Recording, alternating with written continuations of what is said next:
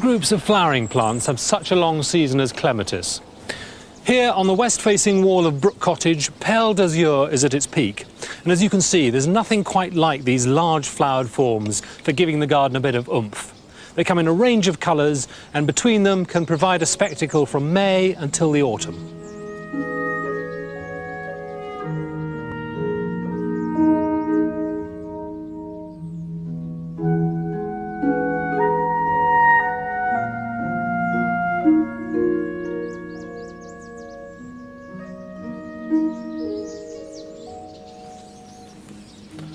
Joining them are a host of smaller flowered varieties. Individually the blooms may not be as dramatic, but they're full of personality. This is Minuet with a white stripe through the magenta. And like most of them, it appears in a great cloudburst.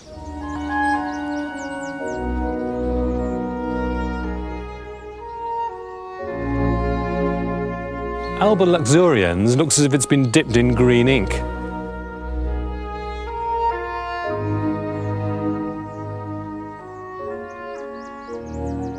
And this is one of my favourites, a climber with one of the longest names of any garden plant, Clematis Viticella purpurea plana elegans, with double rosettes the colour of faded velvet curtains.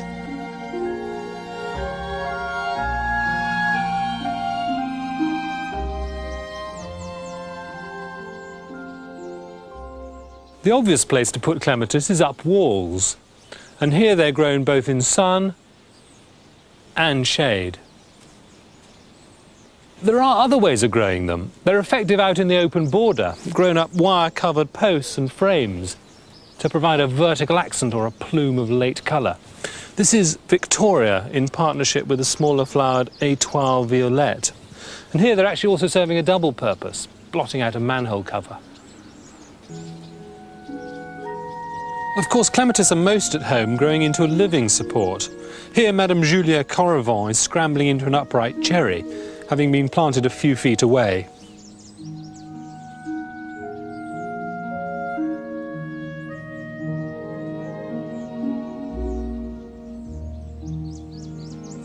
But often it's neater and easier to plant the clematis up against a wall or fence and simply train its flowering stems into the host shrub or tree. Clematis Viticella is giving a second flowering season to the Moroccan broom.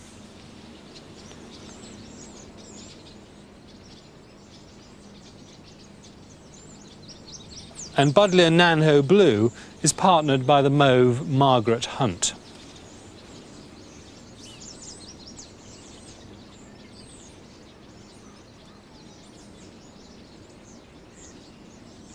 All clematis want a good support system to twine through, and against a wall, one of the best methods is a widely spaced mesh with vertical as well as horizontal wires. The stems can then be trained out into a fan shape.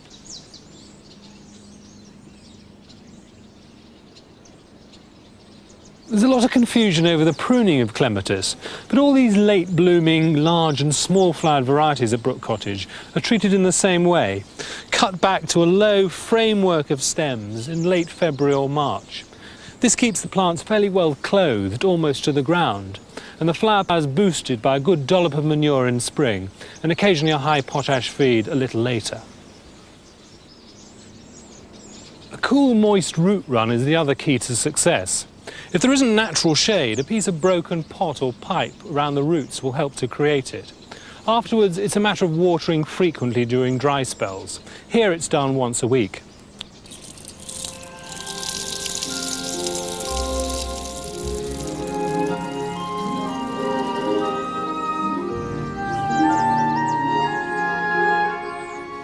Really, it's very hard to think of another group of plants that can rival clematis for sheer flower impact so late in the year. And here in August, there are varieties like Étoile Rose still only poised to launch themselves over the border.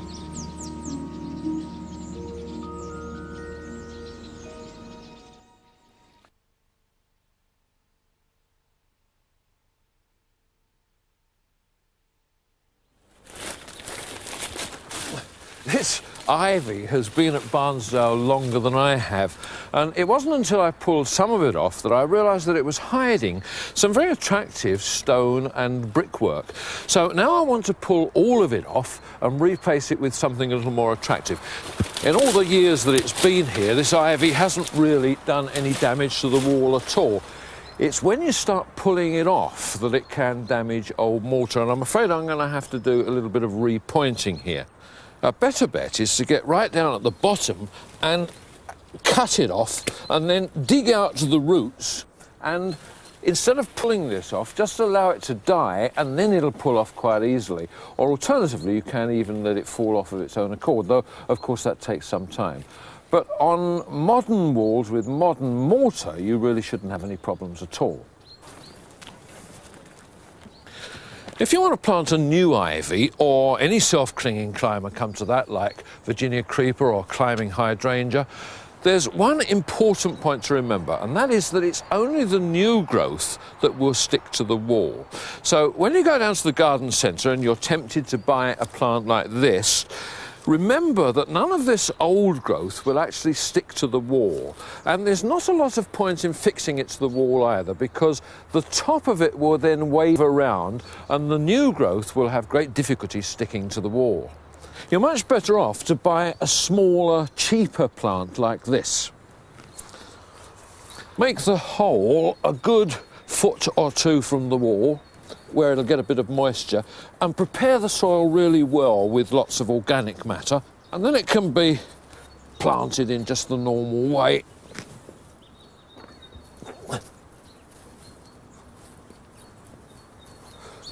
And then what you do is you simply point the shoots in the direction of the wall, and you can hold them down there with a couple of these little wire staples, and then very soon that'll hit the wall, and as soon as it does, the new growth will fix to the wall and away it'll go.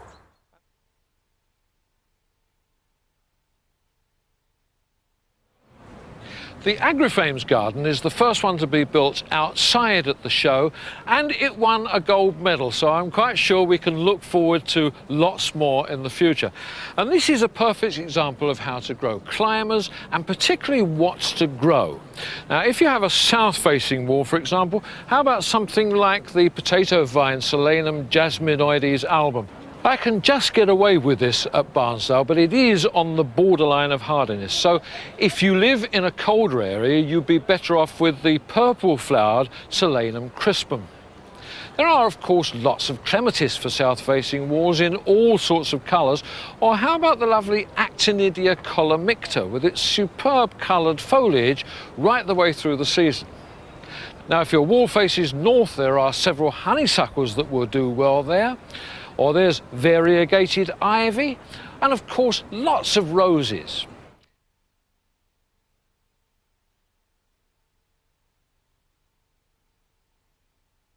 From the time that you first plant wisteria to the time it flowers can take many years, and even then a continuing abundance of blooms depends on judicious pruning. Channel 4 newsreader Caroline Wrighton and her husband Mark, who run the Crown Pub at Burnham Beeches near Slough, have an even greater problem than most, as their wisteria is one of the largest and oldest in the country, and about to get out of hand. We visited them on the day its half-yearly pruning takes place, and invited Tony Kirkham, a tree specialist from Kew, to explain to Caroline the best way to deal with this beautiful shrub. This is Wisteria sinensis from China, and it was introduced in 1816, the original plant, but it wasn't readily available until about 1830 from the nurseries. So I would say this is one of the early plantings, which makes it about 160 years old, which is a good age for a plant like this. Well, it's thriving here, but I mean, it just wants to go rampant over the roof, which is why we have to have it pruned. Yes, well, in the wild, it can reach anything up to 90 feet. Can it do damage? It's moved roofing tiles and it has done some structural damage. So you've got a major problem here, and you have to control it first and bring it back down to the gutter. Right, now we're pruning it now, but it actually had a second flush of flowers. Should you do it again after the main flowering in the spring? This plant flowers in May, usually, but generally speaking, it has a second flush of flowers around August, so it's not uncommon. And depending on the summer, on the climate, then you will get this second flush of flowers. But the main pruning should be done in August, the first pruning, and then you have a second pruning exercise in February, in the winter, which will then encourage more flower. And presumably you prune it back more then, would you, after that main flower? You prune harder in February. If one was buying a new wisteria, what should you look out for? Well, first of all, buy it from a reputable dealer, from a reputable nurseryman, and buy vegetatively propagated material. And usually this material is grafted, and you will get flowers early. Can you show me exactly whereabouts we're pruning it on these long traily bits that are coming down? Yes, it's probably easier if I show you from a piece of material here. What the plant does is produce this long fleshy growth. Here's a good example, and the idea is to prune them back to about 6 inches. By doing this, we will encourage these buds to produce flower buds rather than vegetative material, which would then produce leaf. Then in February, we will be left with this 6-inch shoot with about 5 buds on. It would also look something similar to this because it would have hardened off. And we will prune that back to 3 buds, 1, 2, 3, to leave a spur, which will then produce a good show in May. Well, I know it's a spectacular, and I mean, it's such an integral part of the pub, quite honestly, that we've always said if anything happened to it, then we'd leave too.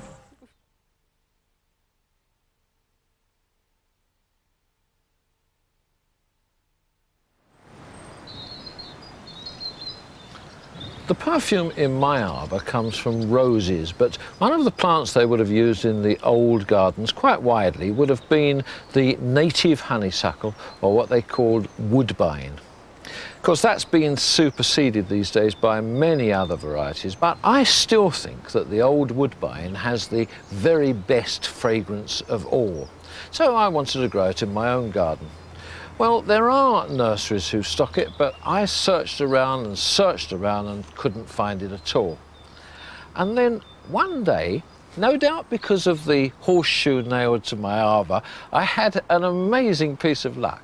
I was standing at the garden gate and looking out at the hedgerow nearby when suddenly I saw, growing over an old wire fence, the native woodbine. I don't know how it got there, perhaps a seed was dropped by a bird, but that now enabled me to do exactly what the old cottagers would have done to bring it into my own garden. Now, of course, these days you can't dig up wild plants, that's against the law.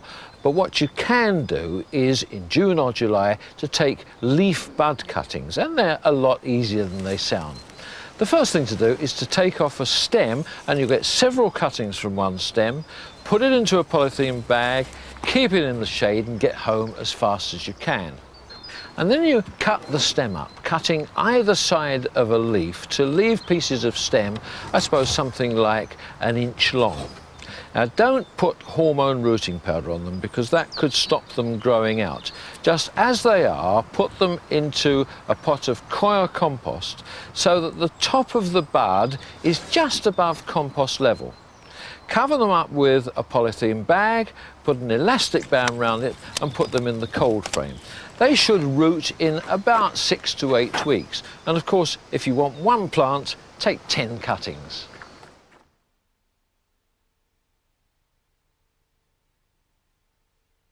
Yes, we all do have our gardening passions, don't we? And one of mine is sweet peas. So here in my parterre garden, I'm going to use them to solve a particular problem. But first of all, I think you'll be interested in the results of a little trial here. Now, these sweet peas were sown in a cold frame in September. These were sown also in a cold frame in November, and these were sown in February. And I think it's pretty obvious that if you want really first-rate plants, then the September sowing is the one to go for. Now, if you're growing your sweet peas scrambling up a support, then you want as many side shoots as you can get. So if they haven't already started making them, now's the time just to pinch out the top with your thumb and forefinger, and they'll soon start growing out. This one was done a couple of weeks ago, and you can see that already the side shoots are beginning to come. Now I'm going to use these to solve this problem of mine. These angle iron posts support my fan-trained fruit trees, and angle iron at the best of times is not a very pretty material. So what I've done is to surround them with this cylinder of wire netting, which I've sprayed blue, and now I'm going to plant my sweet peas at the base here, and that should grow away pretty fast, scramble up the thing and look really beautiful. But if you want real exhibition sweet peas, there's a better way to do it. Every year on my allotment I grow miles too many runner beans, with the result that many of them simply don't get picked. So this year I'm going to cut down on the beans and use the canes to grow some exhibition sweet peas. Now the canes are set a foot apart for beans, but for sweet peas you could go quite a bit closer at 8 or 9 inches. And notice too that I've put down some black polythene in between the two rows, because there's nothing worse than trying to weed in between the rows of beans or sweet peas. Now the sweet peas are planted up against the cane in the normal way. And just look at that root system, that's really nice, isn't it? And they just go in there like that. But now, instead of growing several side shoots up, you only use one shoot like that. So you cut out the side shoots. Bear in mind it is a side shoot and not the main stem, because that's likely to go blind early on in the season. Now later in the season you're going to have to take out all the side shoots and all the tendrils from this stem too. So quite obviously it's not going to be able to support itself. So you've got to help it, and I use these little sweet pea rings and just put it up against the plant like that, round the cane. Perfect. Now this variety is so new that I'm not actually allowed to tell you what it is just yet, but hopefully all will be revealed at the Chelsea Flower Show in the middle of May. Well, Diane Shaw, another wonderful display of sweet peas, and I know you've got a new variety this year. Tell us about it. Well, it's a bright mauve one, very sweetly scented, and it's taken about 7 years to breed, and we hope it's going to be a winner. It's very striking, and hopefully it will sell well. Well, Diane, I know what it's called, but you tell them, will you? Jeff Hamilton, after you.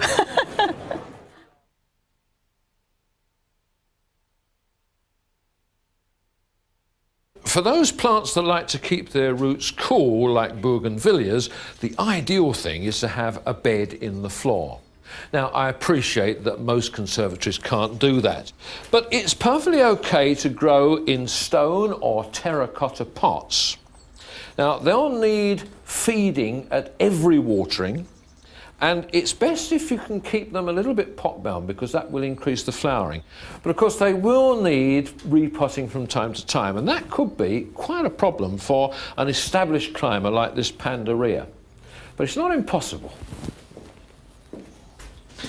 Now, always pot into the next size pot up, and then the difficult bit is taking the plant out of the pot. Oh, that's not too bad at all. I gave this a good watering before I did this job. Stand that down there carefully. Now, a little bit of compost in the bottom of the pot, and I'm using here a coir bark mix with some fertiliser in it. It works very well indeed. Put the other pot inside and then just work some compost down the edges of the pot like this. And when you're sure you've filled it all up, give it a good tap down and fill it all up again, because it's going to sink down quite a bit. Another tap down, and now keep your fingers crossed. Hopefully that should come out, leaving a nice wall of compost all the way around. And now we can carefully bring it in here. Lift up the plant.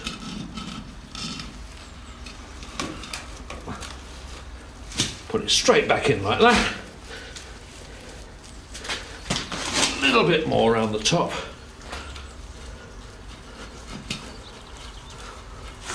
And then give it a really good watering And the plant should grow away well and should flower for months, helping to make my own little bit of the Mediterranean.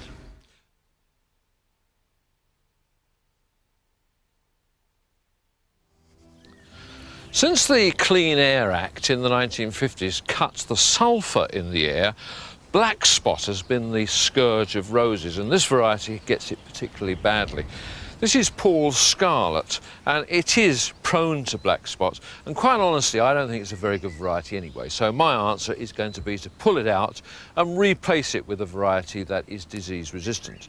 Now of course I'm not suggesting that you should pull out all your roses, but what I do suggest is that before you buy new ones you should check very carefully to make sure that they're disease resistant, because quite a few of them now are. But replacing roses is not that straightforward, because if you put new roses where old ones have been, they're quite likely to suffer from a disease called replant disease, and that can kill them. Now, there's not a lot known about this disease at the moment. Some people think that it's due to eelworm and others to poisons from the roots of the old roses. Now you can actually sterilise the soil with chemicals, but it's a bit complicated and not that effective. But one very effective way is to replace the soil. I'm replacing another disastrous rose down here, and I've already dug the hole, which should be 2 foot square by at least 1 foot deep. I've put a bit of compost or manure in the bottom and then refill with soil.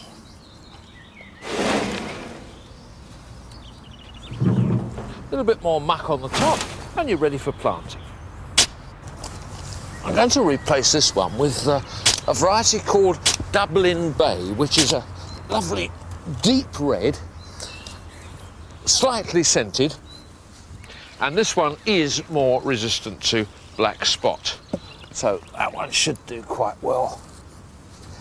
Now you'll have noticed on the Paul's Scarlet that all the blooms are up at the top, and that is down to the pruning.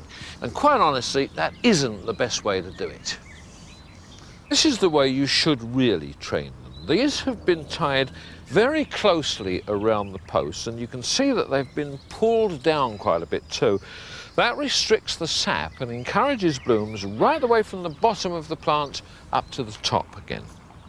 And this is an old variety called Alberic barbier, and it's got these lovely, slightly scented, creamy yellow blooms.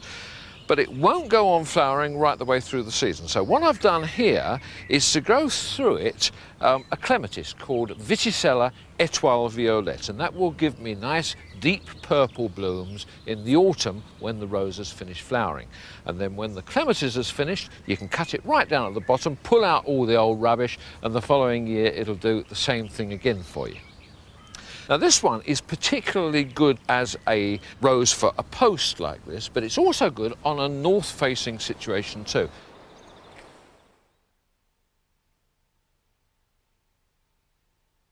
Clematis are without doubt our most popular flowering climber, and it's not difficult to see why.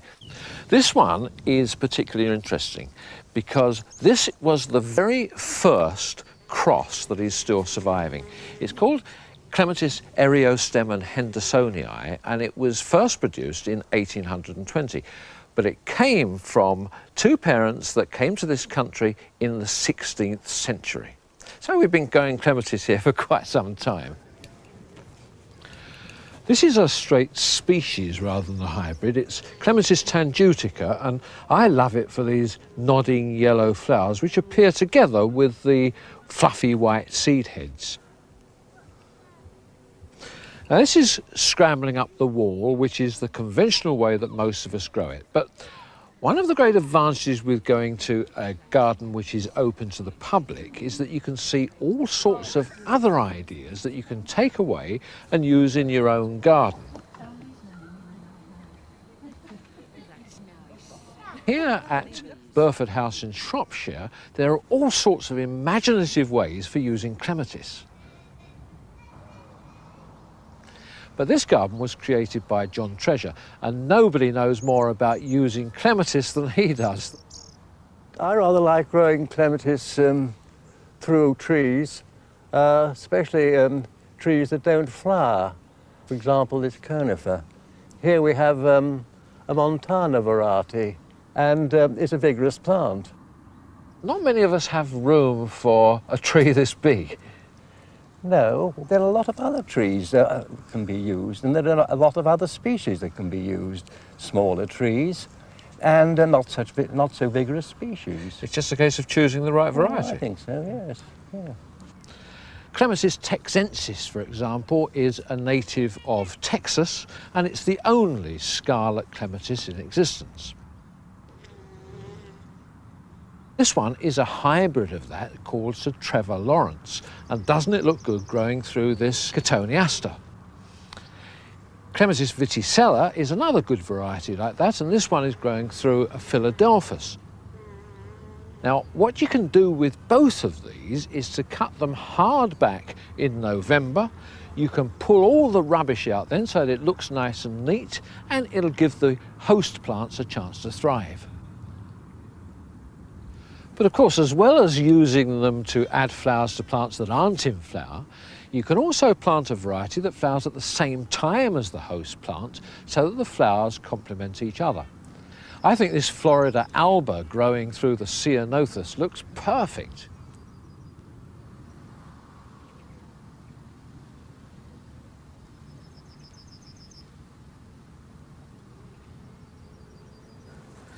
The uses of clematis really are endless. Here's an ugly old stump, too big to dig out of the border. So instead it's been covered with wire netting, and you can see that this little clematis has already made a start on turning it into what will one day be a flowery feature. And how's this for another brilliant idea? Down this end, a standard bedding scheme using fuchsias. But up this end, clematis running along the ground in between the fuchsias to enhance the scheme. Now, of course, if you're going to do this, you've got to make sure that the clematis grow in the right place. So you do that with a series of wire pegs to just hold it in place, and then they'll grow exactly where you want them to. You can use much the same idea to grow clematis over low-growing evergreens. But of course, if the two plants are in flower together, once again, you've got to make sure that the colours blend. This Rouge Cardinal clematis and the pink flowering heather are just another example of the John Treasure magic touch.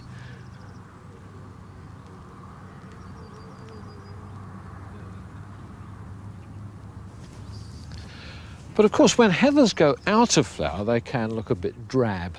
So who would believe that this is a heather bed? It looks marvellous, doesn't it? Because it's been brightened up for the late summer with clematis. This one is Etoile Violette, and this is the aptly named Abundance. Now, both these are Viticella varieties, so both will be pruned down hard in November. All this top growth will be taken away, and from then on, the heathers will take over and they'll flower their hearts out. It's a perfect combination, and it certainly makes me see clematis in an entirely different light.